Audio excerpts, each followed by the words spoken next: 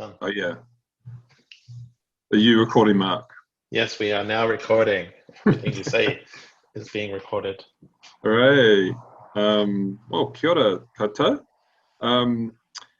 Yeah, so welcome to the webinar, which is very exciting. The future has arrived.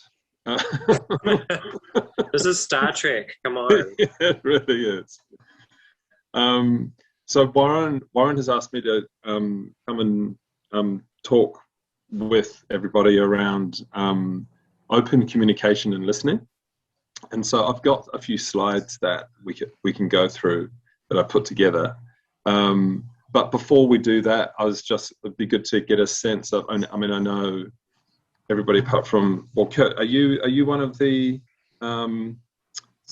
facilitators, or are you a peer navigator? What's your? I'm a co-facilitator with Social Plus. Oh, cool. Yeah. Yeah. Whereabouts? Auckland based. Auckland. Oh, nice. Great. Excellent. And so what I put together was, I mean, there's so much information out there on listening and kind of theory behind listening. And it can be a little bit boring, but there's, I've tried to put together what would be interesting and relevant for peer navigators and also facilitators, especially around some of the issues and things that we might hear during those kind of sessions. So before we start, does anybody have any specific things that they'd like to talk about, or any questions around it, or any issues that they've had in any kind of situation like that? Listening situation? No? Expert listeners. How do I share screen? Mark, help. Should be, maybe I have to let you do that. Or maybe, normally there's a thingy. On full screen, it should be in the bottom center. Oh, can you see it? Oh, yes, now I can, yeah. Okay. Okay. Cool. So, can everybody see that? Yeah, it's in edit mode. Yeah, okay, that's better. Better? Yeah. So, excuse the hokey PowerPoint that I put together. I just found a couple of body positive kind of image files on the website and put them together to make this. But are you blocking? Is that better? Or can you see the whole thing? Yeah. Yeah. Okay. So so the session is active listening and open communication for mindful interactions with people. And originally it was Warren and I talked about open communication or active listening and mindfulness. And they're quite, or the way that I think about mindfulness is quite separate, as in a mindfulness practice, meditation practice, but we can definitely be mindful in our communication when we talk with people. And so I thought it would be, to relate them, that's how I kind of mush them together anyway, so we can talk about it. So some of the things that we'll go over today are learning about the process of listening and also the different listening types. There's 8 listening profiles or kinds of listening. Generally, I mean, these are areas that I've plucked for this. So while we do that, it might be helpful to kind of have a look at them and see which ones you identify with, and then you can think about which ones that you might want to do some work around, to get to an active listening position. We're going to have a look at defining what active listening is in relation to open communication and what the effects of that are, and also how to become an active listener and increase your open communication, and talk about what kind of effects that can have on your relationships and also productivity, stuff like that. Does that sound all right? Let's do it. Cool. So hearing versus listening. Have you got any ideas, the difference between these two things?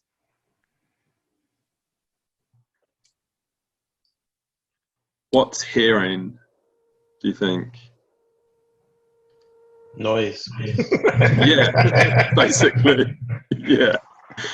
Yeah. Hearing is really, well, here we go. So hearing is noise. It's like, implies perceiving sound. You might not actually be hearing, but it looks as if you are. It's definitely a passive process, so you're not involved in what the message is that you're hearing, and it involves little to no effort. While listening and kind of makes an effort to understand the information, whether it does or not is kind of another point, but it's with involvement from your mind and your body, and so it's an active process. And it requires conscious effort and concentration, and also a level of interest from the listener as well. And there's a real difference in these, and it's not often something that we're conscious of. And so, like bringing this information to consciousness has a real effect on whether we're going to affect any change in the person that we're listening to, if that is the goal, or even if that person's going to stick around or not. I remember, I mean, I've had conversations with Warren about that during the week, actually. We were talking about that. So I'm going to break it right down. So the listening process is first hearing what, hearing, then attending to the person or the message, making an effort to understand the message that you're hearing, and then responding to that message. And there's variations about how all this happens, and then remembering the message, what's happening. And you don't have to do all of these perfectly, but there's a level of effort that goes into all of these stages that makes it either listening or just hearing. And so that's a kind of breakdown of it. So when you hear, it's as Mark said, it's just noises. It involves no deciphering or interpretation, but you have to do that first before you can listen. Attending, filtering heard messages, focusing on some of them. You can't focus on all of them. It might be heard or it might be white noise. And attending is more likely when there's personal interest or gain. So if what you're hearing from the person is of personal interest to you, then it's more likely you're going to attend better. And so finding a way, when I think about this with regards to client work, finding a way that you can connect with them, even if you don't agree with them, will help you listen more effectively. Often hear kind of therapists talking about the way in to connect with the person. And without doing that, it's really difficult to have kind of sustained empathy almost for somebody, or you might just kind of brush it off and that kind of thing. So understanding, the third step, it requires a kind of meaning to be assigned to the message, and is impacted by the interpretation of the language, what they're saying. And it assigns a level of importance to the message, and all of this stuff happens kind of, not consciously. And so it's something that we kind of do under the radar. And we don't have to understand the whole thing, but we have to understand the intention a lot of the time, I think, is how I think of that. Because otherwise it just becomes like homework. And then the fourth stage would be responding. So you deliver feedback to the speaker, and that could be verbal or non-verbal. And we'll go over this in a little bit more detail, especially around feedback. But that, I mean, I think I can't remember what the stat is for this, but it's something like, is it between 70 and 80% of all communication is non-verbal. And so when you're listening to somebody, when you're giving them verbal or non-verbal cues to carry on, then it can be really motivating and validating. And then the fifth step would be to remember what they're talking about. And that would be recalling information from memory from the last time you saw them, would make them feel like what they were talking about was valid and worthwhile. And you don't have to remember everything, but it might be something, just anything. And doing that builds relationship and trust with the person. So that all makes sense. Yeah. Mm-hmm. So if we can do that properly, then we are actively listening, which is a thing. And I've taken this from, I used to be a trainer for the Samaritan suicide helpline on the phones. And this is what we teach at Samaritans for listening. And so there's 6 stages to active listening, which are, and we'll go over these in a bit more detail as well. Open questions, summarizing, reflecting, clarifying, short words of encouragement, and reacting to what the person's saying. And when we do these effectively, then you can think about it in terms of a listening wheel. And so depending on where the person is in their kōrero, we can use one of these kind of skills to kind of either stop the conversation, move it forward, or change direction. One of the things with, and I'm sure that we've all experienced this, especially in peer navigation, or even in social plus environments. Sometimes people get lost in the story and might take over, and then 20 minutes have gone, and other people haven't spoken, And so it's a really good, like using these active listening skills are a really good way to facilitate conversations if there's lots of people involved, so everybody can get a voice, So open questions, who, what, when, where, and why. It can be really tempting to use closed questions, and it's often the most natural to use closed questions, but kind of practicing this can be really helpful. I wouldn't use open questions and if you wanted to kind of stop a conversation or change direction. It's not something you can do. I mean, using kind of closed questions have their use in certain situations, but generally if you want someone to carry on and listen or open up, then use open questions. Summarizing helps the other person clarify.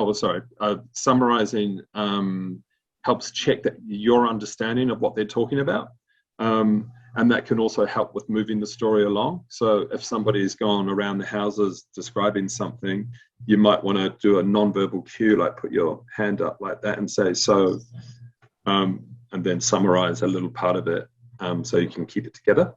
And then clarifying the talk, that they may not have clarity about what they're talking about, or they might be purposely ambiguous, which is definitely something else that can happen. And if you're trying to build trust, then obviously being really clear and honest about what someone's going through means that we can provide the best support possible. Without the truth, it's difficult to address the issue. And so clarifying, if somebody says something that might not be quite right, asking them to clarify or repeating a phrase of it. So you said that to them, and then they can say, well, no, maybe I didn't say that. And then they can kind of clarify themselves. And so that can be something. It's a really, really nice skill to use. Or you may have misunderstood something or interpreted something differently. Yeah, exactly. Yeah. One of the best lines I've had is, I know you know what you mean, but can you explain it so I can understand? Yeah, exactly. Yeah. And reflecting is kind of similar, but it's kind of like, the way I think of it is it's actually holding up a mirror, and it's saying, oh, it sounds like this is affecting you, or it looks like this is happening. Is that how you feel? That kind of thing.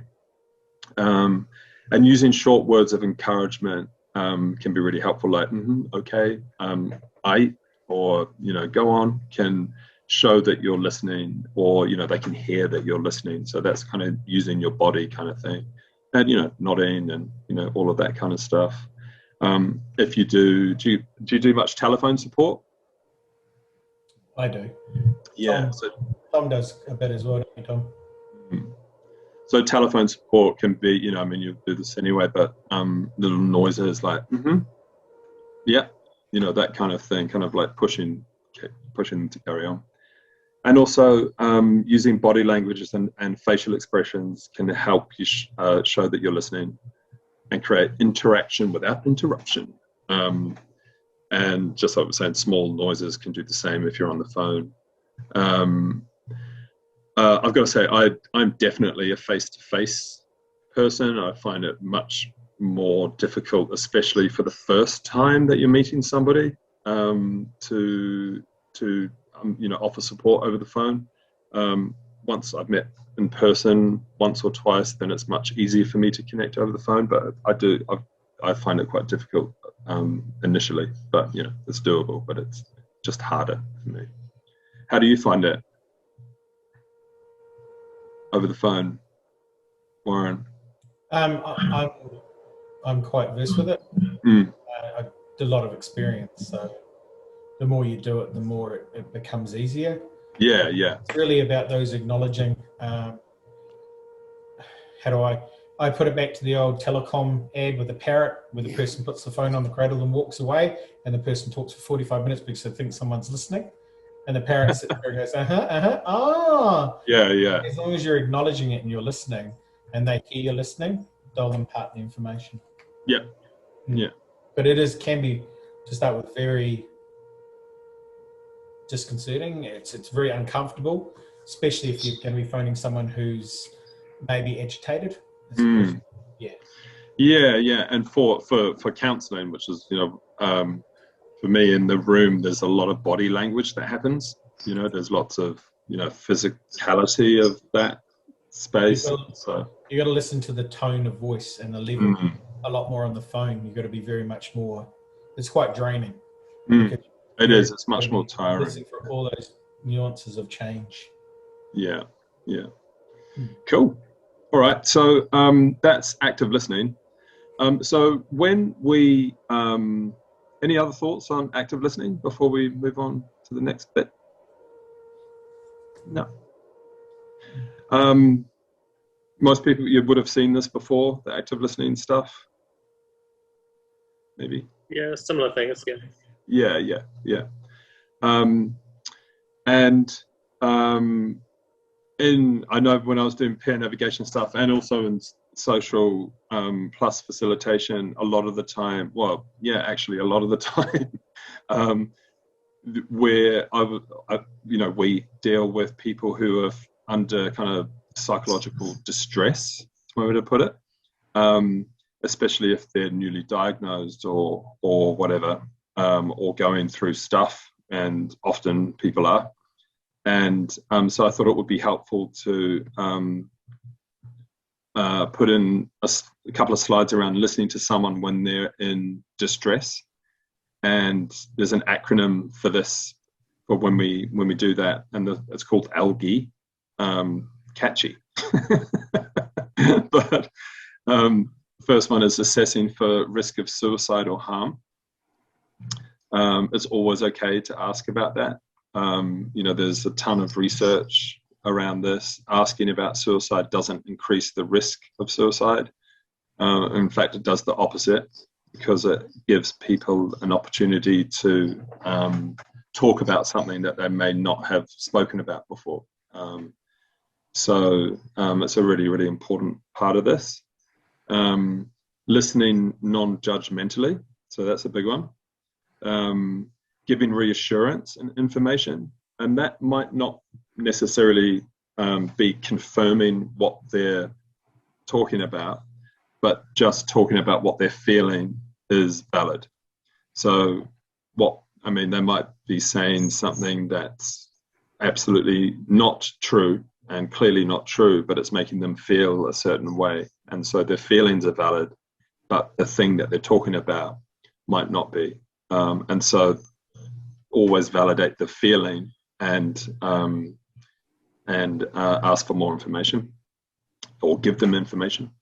Encouraging appropriate professional help, if that's something that they would benefit from, and also encouraging self-help and other support strategies as well, which we'll get to because we've made a little compendium for this.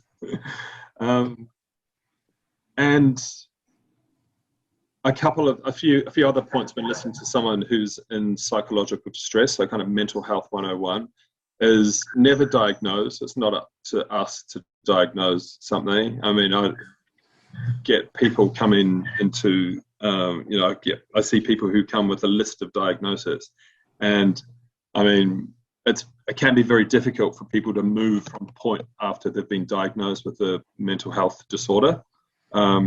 And we're not trained to do that anyway.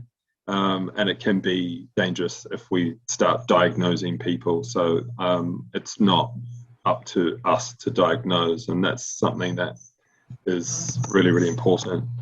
And it's, like was said earlier, it's always helpful to ask about suicide. I would avoid giving people demands, saying you should do this, you better do that, I was in this position and I did this and this, that kind of thing. Instead, softening it and using phrases like this might be helpful, or and think about things in terms of what's helpful or what's not helpful, or what's helpful and what's something else. And if it's something else, then start thinking about different things that might be helpful. Because I mean, we've all been in that position when someone said you should do this, and there's just a complete rejection to that. It's like the principal telling you what to do, and it's like, well, I'm going to do the opposite.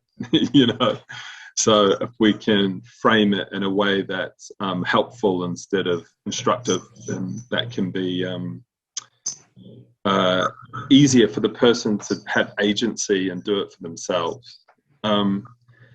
Avoid using kind of not normal or mental or crazy kind of terminology. Instead, softening it again to kind of be a bit more empathetic around it and say what you're feeling is natural considering what is happening, but it doesn't mean it always has to be like that. There are things that are probably we can do to help. Establish clear boundaries and know your limitations. This is a big one. And I think sometimes when people really care about other people, it can be tempting to hold on really tightly and fix it. And often it's not possible, or it's within our capability. And so knowing where those boundaries are is really, really important. Because without those boundaries and the knowledge of those boundaries, burnout is inevitable. I mean, it's true, and we've all been close to it. And thankfully, there's really strong referral pathways around this, especially when it gets out of your, capability. And along with that, being okay at letting the client, the issue around the client go, and being able to move on. And that can be really, really hard, especially when you care as well. And so being able to hold the client and then do what you can, acknowledge your limitations. And then the most important part of this is to be able to let it go at the end. And that doesn't mean you don't care. It just means that you can't hold on to it all of the time. So my neighbor's cat is meowing outside. Have you got a gun? No, I like neighbor's cat. She's adopted me. You've been feeding someone else's animals. What's that? You've been feeding someone else's animals. Baby, shh. Your cat. Yeah. Does that all make sense with listening to someone who's under distress? Yeah. The staff are going through suicide training at the moment. Okay. Yeah. So, yeah. Yeah. Cool. Yeah. Just the beginning stages of it. So the idea there is to be able to deal with something and refer someone on. Yeah. For those who aren't trained with the Colombian scale. And for those who don't know, the Colombian scale is the 7 questions that are asked of someone who has voiced suicide or is showing signs of suicide. It's quite a interesting training, but it's quite intense. And the first part of it is not owning it. It's not yours to own, it's theirs, and giving them a safe place. Yeah, yeah. And, with lots of these scales and suicide checklists and things like that, there's a lot of training around implementing those. And so I would stay away from them, really, in the role of peer navigator and social plus facilitator. Being able to acknowledge that it's happening, validate what they're feeling, and then referring them on as the process. So acknowledge that it's real, validate what is feeling, and then acknowledge and then refer them on is, in a kind of nutshell, all we have to do, because anything else is too much. I think anything else is too much, and that holds them as well. That holds the person. But there is some really interesting stuff out there. Cool. So, in a nutshell, active listening is being able to pay attention, hold, the attention of the person who is talking, the talker, show that you're listening, provide positive reinforcement, and that doesn't necessarily mean what you're saying is exactly true and I believe everything you say, but it's acknowledging that they're speaking and that you are listening, and talking about it is a good thing, and then providing effective feedback, and so that's the next bit. Yeah. So I thought we could just discuss this one, actually.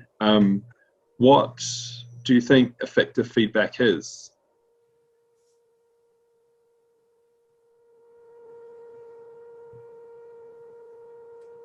What does it look like?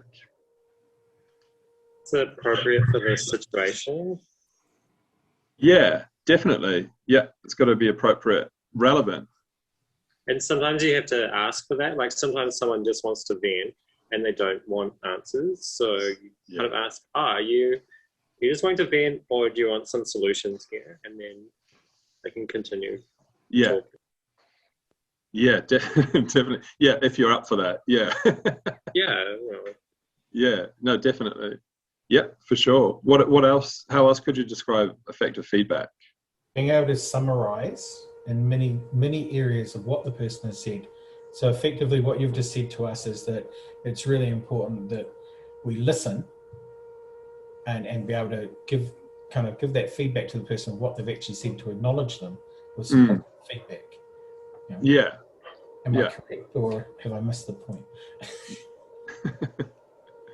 I always add something at the end because it's a validation for them to say, hey, you have been listening, or hey, you've missed my point. Yeah. I think that word validation is really important. Yeah. Validation. It's validating. Yeah, it's validating. It's validating them as a person, and also their effort to communicate. And so it's what do you think, if someone has asked you for feedback and you're going to provide them with feedback, what do you think is more important, respect or honesty? Both. You've Both? got to be respectful in the way you feed it back. So normally using the language they have is the best way of doing it. So if someone swears a lot, doesn't mean you have to swear, but you moderate your language so that it comes in their lingo, not something they don't understand. But yeah, it's being respectful towards them, but also being honest. It's like, well, I don't have the answers for you, but for what I'm hearing is these are the issues. What do you think you can do about it? Or how do you think you can help change it? Or how do you think I can help change it? Yeah.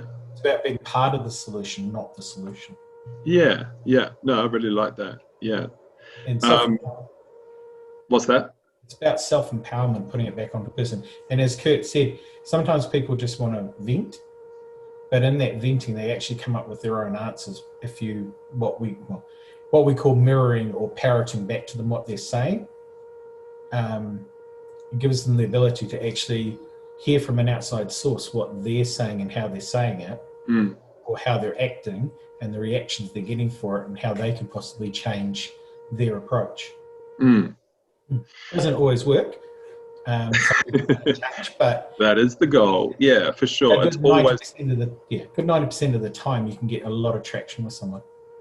It's always better if the change, or if change is the goal, or even the decisions or whatever it is can come from the person rather than us kind of bequeathing them upon them. But I would agree. I'd say that honesty and respect have got to go hand in hand when someone is asked for feedback on a specific thing, or even what do you think about something. Sometimes it's not nice saying it to them because you have to be honest, but you can do it in a very respectful way. Yeah. And I think doing that in an authentic way is important too. Like, I mean, and that might mean me. If I adopted, just going to the lingo thing, if I adopted somebody else's lingo, then it might feel quite false to me. So I would probably keep my own, the way that I communicate, but in a way that's connected, and or keeping it authentic as well is probably something that I would say is important. I also think that sometimes you hear people say you've got to be cruel to be kind, and that's just not true. You can just be kind. How you deliver the message is how they'll receive it. One of the techniques I use is a shite sandwich. Deliver a positive piece of information, really not so nice piece of information, but then follow it up with a positive finish. So it's not putting them down, but it's saying, hey, you need to think about this. And the feedback sandwich, should we call it? Feedback sandwich is probably a more politically correct way of saying it. For a webinar. The low-calorie sandwich. High emotional sometimes. More kind of what's taught more now than that would be delivering smart feedback. And so if someone's asked you to provide feedback on something, then making sure that it's specific is the first one. So that's the S. I should have a slide for this. Which means, it's about a certain thing. It's not about something you feel or something that's kind of up in the air, or even an idea. It's about something really specific. The next thing is that it's measurable.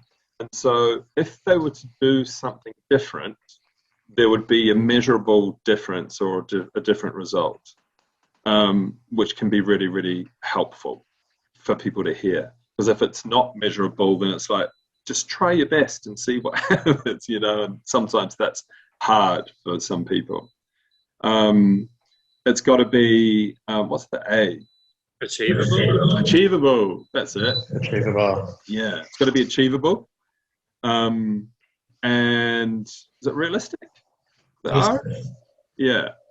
And timely. So by the next time we meet, if you do this specific thing this much, you will get this much further. And we'll check in next time we meet to see how you're going. How does that sound with you? So then you throw it back.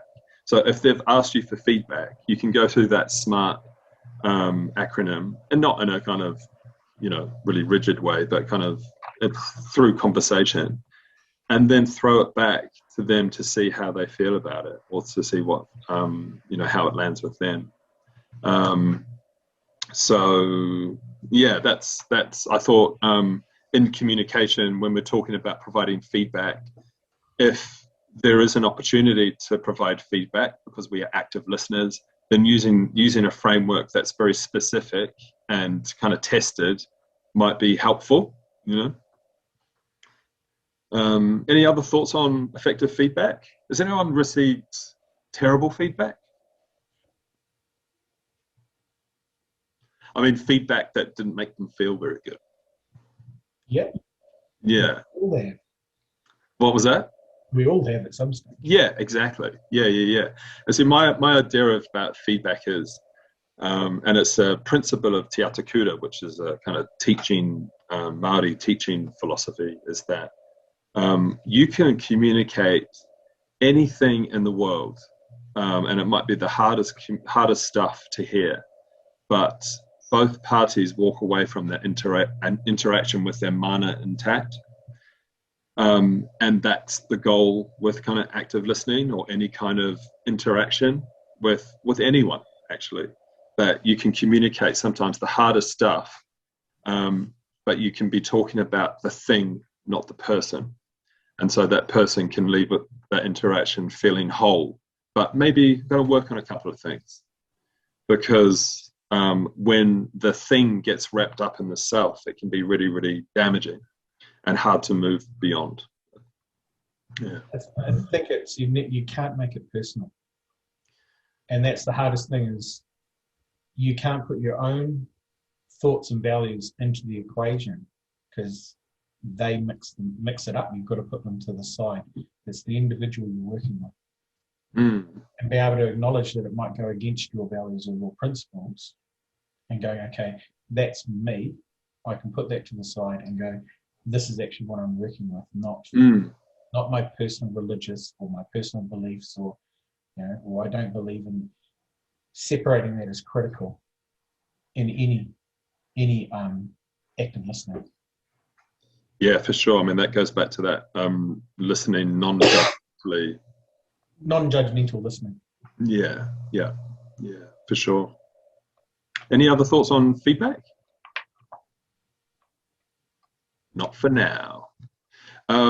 So there are, well, there's probably more, but there are 8 types of listening, and I thought we'd go over them. And as we go over them, it might be worth just having to think about when you might be these types, or which ones you're kind of lean to the most.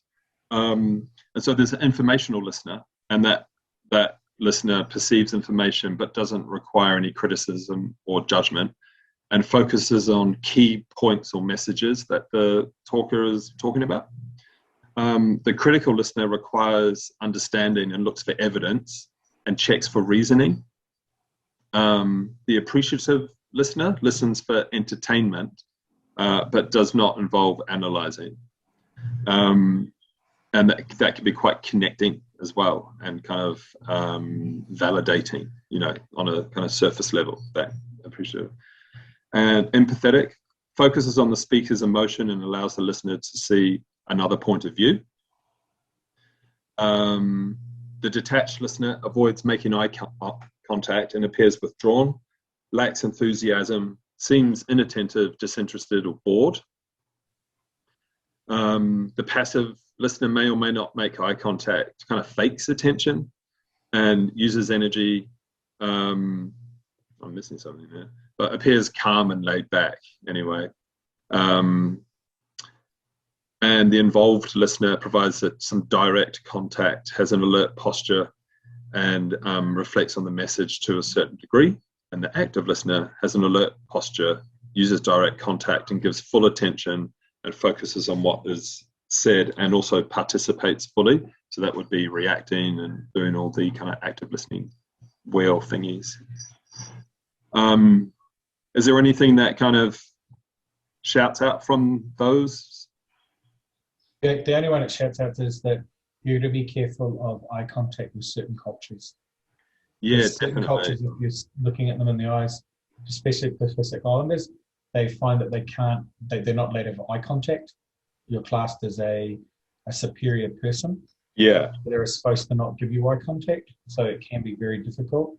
You've got to learn to moderate the eye contact. For sure. Especially if you're staring, though, in certain Asian communities, they'll run for a mile. Yeah, for sure. You get that one sometimes. Definitely. The cultural differences, especially around eye contact and social distance, and there's a lot of factors kind of take into this, and even meeting somebody one-on-one, you know, sometimes that's not appropriate or not the best, you know. And I thought I'd kind of show these because it's not fixed, you know, it's not fixed, and we don't always do we're not always the perfect active listeners. And more often than not, when we're not active listening, we know that there's something happening that we're not quite connected. And so thinking about what kind of listening that you're doing in that moment, while you should be listening, can be quite helpful to get back to active listening. You know, it's like, oh, what am I doing at the moment? I might be appreciative. I might be looking for the lulls, but not really looking anything deeper, you know, so that might be the appreciative listener. So when we're conscious that we're not active listening, we can go through these different types of listening to figure out where we might be and how then we could get back to active listening if we did want to. Or if we had a session of, you know, a peer navigation session, or even a social plus group, and then something wasn't quite right in the group, it might be something you might want to reflect on later on as a reflective practitioner. It's like, where was I? How was I in that environment? Why wasn't I connecting? And you can look back and see, maybe I was a bit detached, you know, or whatever it was. So it can be helpful to kind of, you know, this is not meant to be a kind of diagnostic tool by any means, but it's definitely a way that we can kind of stage where we're at, because it's not fixed and we don't do it perfectly all the time, and that's totally normal to use that word. Yeah. Is that any other thoughts on those? Nope. Cool. And so active listening can improve relationship quality and your productivity. It also improves your persuasion and negotiation skills because it's open and it's honest, and it's people start to trust that over time.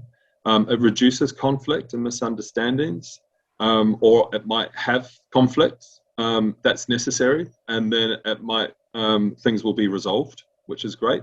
It creates new ways to approach issues, and it diffuses emotional situations and avoids loss of resources and time and errors and all that kind of stuff. So it's a really, really useful tool for kind of everybody to use, but especially in a kind of workplace context, I think. I'm going to show you. Have we got time? Yeah. I'm going to show you a quick video that I quite like. Oh, nope, not you.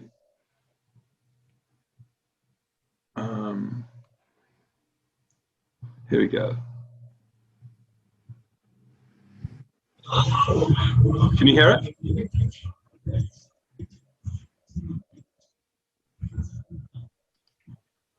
No. Can't hear it. Oh, You might have to reshare it if you share the yeah. page. I'll share it. It's really funny. Yeah, just if you go back into your share, rather than sharing the PowerPoint, share the YouTube in your share screen. How do I do that? When you go down to the bottom and you say share screen, you can usually share a page or an application. It's on the Zoom. Go back to on Zoom. Screen. Yeah, don't share the YouTube. Go back to Zoom. Go back to Zoom and then share through the Zoom system.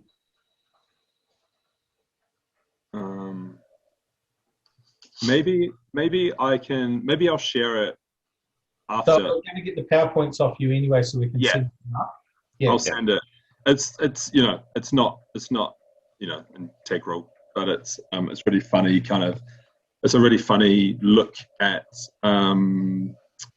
active listening. There's two of them there, and actually it might be too long anyway, because together it'll be about 10 minutes. But they the first one is from the UK again. I think it's from Mind, and it's got some tips around active listening, some in a really succinct way, especially for helping professions. And so that's something. And the other one is kind of a fun look at it about the difference it can make. So something I would definitely recommend checking out at some point, or putting on the website, Mark. So while we're listening, it's really important, and this is what Warren and I were talking about the other day, to be mindful while you're listening to somebody else, because it's not all about them. No, obviously it is. But it's important to know what's happening with you. So what you're thinking, what you're feeling, is what's been talked about, the message making you feel or think something about you, something in your own life. And sometimes that's okay. And sometimes you might need to follow up, and you might need to talk about that with somebody, because, you know, we're all human and we all need help sometimes. And so it can be really helpful to do this while you're listening to somebody else. Because you know those conversations where you leave the conversation and you can't kind of shake it off. You know that feeling? It's like, still in me, still here, you know. And when that happens, it's really, really helpful to, are the peer navigation, peer supervision sessions still happening? No. But there is an open, they've been told they can contact if they need to talk. Right, yeah, Some cool. people do contact, but Yeah, they were a really good opportunity to kind of talk about this stuff and get it out from here, you know, so you're not holding it anymore, you know. So that's a really good opportunity to do that. So yeah, being mindful of what you're thinking and feeling during listening can be really, really helpful. And then lastly, I just wanted to, this is for any clients that you have, or any new members to Social Plus. Anxiety is a real thing now. You know, we were talking about it earlier. That's, I think, you know, it's kind of taken over all other things, and it's often anxiety and other things that people are presenting. And so this this resource has got 5 quick steps to that anyone can do in any situation to kind of reduce the effects of anxiety. It's not a cure, you know, but it's something that people can do in the moment to be able to reduce to reduce the effects of anxiety. And I mean, it could be printed in a card. So on the reverse of the card is some kind of helpful numbers. Do people still have wallets? Yes. Yeah. So I mean, No. or you could put it in your phone or something like that, you know. So the idea is that there's this card that when you first meet somebody in either peer navigation, or they come to a Social Plus meeting, you can hand them something and say, you know, we're here for you, that kind of thing. You know, we can, you know, we're here. Here's a thing that you might want to use, blah, blah, blah, blah. Actually, a lot of people take a photo of it. Yeah, that's true. Yeah. Yeah, so you hand them a card and they take a photo and they give it back. Yeah. and just summarize, those numbers have all been updated. Cool. Relevant numbers for us. That was done last week. So all the numbers listed there are New Zealand based, and they're all relevant for what we do. Yeah, and I think they're all national numbers, are they? Yeah. Oh, no, they're mostly national numbers. There's a couple of regional numbers, but there's the text ones. There's one regional. Yeah, the Māori Mental Health, if you phone that number, they'll put you in touch with the right people in your region. Yeah, the national number doesn't work at the moment, but that number does. So, yeah. And Need to Talk's there as well, which is really critical for anyone. Yeah, that's great. Yeah. So sometimes we can't deal with it, but we get them to text Need to Talk, and then they can deal with the issue on the phone with that person they're trained. Yeah. And they can use that number 24/7, which we're not available 24/7. So right. Yeah. these numbers are available. Yeah, they're manned all the time. So there you go. That's my corridor around active listening. Yeah. Thank you. You're welcome. Yeah. Does anybody have any questions or anything around any of this stuff? Just like to say, something I use is that it's actually okay to say, oh, what you're trying to say is really important, but I'm not in the space to listen right now. Can we reschedule to chat? Or like it's, can be courageous, but it's validating that, both situations with respect. That's such a valid point. Yeah. Because you're half of what's happening, and if you're not in the right frame of mind for it, then it's definitely better to reschedule. Yeah, if that's a possibility. Yeah, that's really valid, Kurt. Yeah. Or have them connect with someone else. What's that? Or have them connect with someone else. Yeah. How many people are coming to Social Plus in Auckland at the moment? Well, with Kurt, how much is it, Kurt?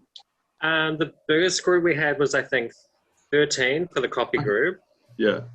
And the smallest would be, I don't know, $32 worth of coffee. Whatever that is. From Social Plus? What's our numbers for Social Plus now? We usually have about 10. We've had as many as 22. Great. Yeah, the last one was quite big. That's great. It's growing. It's a slow process, but it's growing.